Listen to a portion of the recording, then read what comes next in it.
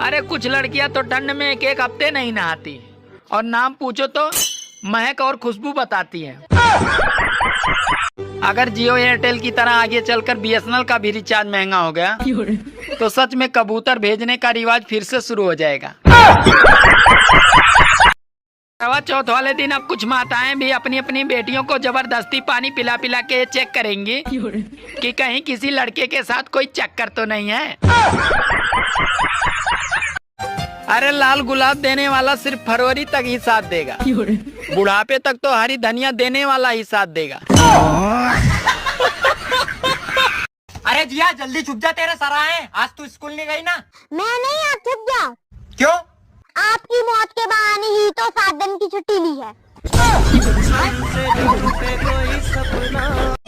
मेरा जन्म अगर रामायण और महाभारत काल में होता तो मेरी हरकतों की वजह से मुझे रोज 100-200 शराब जरूर मिलते। पहले मेहमान आते थे तो हाल चाल पूछते थे, अब तो आकर सीधा पूछते हैं भैया टाइप सी चार्जर है क्या?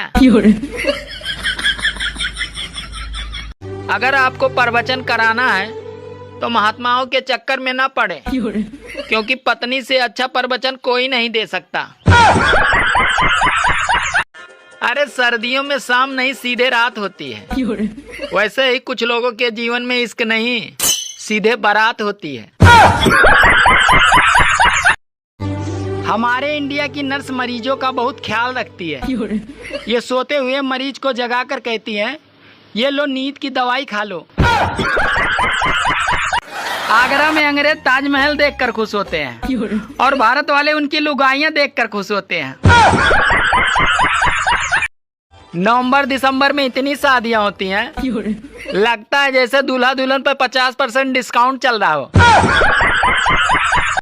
जब कोई डॉक्टर चाय और चावल छोड़ने को कहता है तो हमारे इंडिया के लोग चाय और चावल नहीं छोड़ते हैं, बल्कि डॉक्टर को ही छोड़ देते हैं। लगता है भगवान ने भी जियो का सिम ले लिया है, रोज 2 GB डाटा बरस रहे हैं, वो भी 5G की स्पीड में। लड़कियां अच्छे पति के लिए 16 सोमवार के व्रत रखती हैं, पर उनके पति को देखकर ऐसा लगता है कि जैसे शिवजी 16 के 16 सोमवार छुट्टी पे थे। अच्छा, हम भारतीयों का मूड ही ऐसा है, अगर ब्लड टेस्ट की रिपोर्ट नॉर्मल आ जाए तो लगता है पैसा बर्बाद हो गया।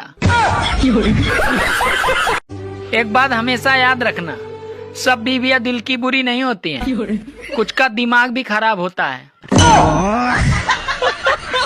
एक आदमी पतंग काटकर पड़ोसन को देखकर मुस्कुरा रहा था, तो इतने में उसकी पत्नी बोली अरे सिर्फ पतंग ही उड़ाओ, खुद मत उड़ो, नहीं तो मैं तुम्हें ही उड़ा दूंगी।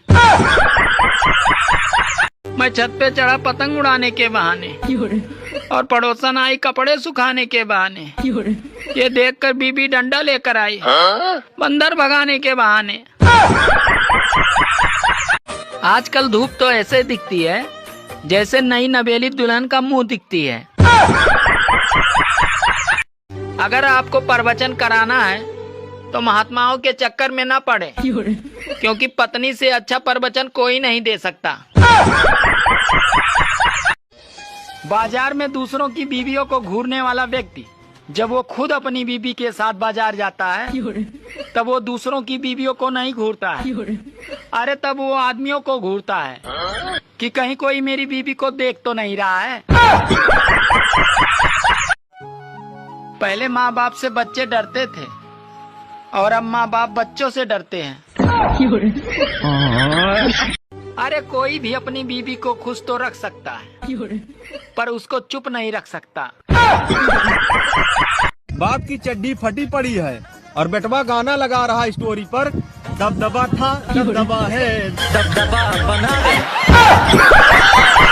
नमस्कार, मैं राहुल गांधी। जी नमस्कार, मैं पुनीत त्रिवेदी और मैं आपसे बस इतना पूछना चाहता हूँ, वो जो हमारे अकाउंट में 8,500 रुपए खटाखट आने वाले थे, कहाँ रह गए? खत्म।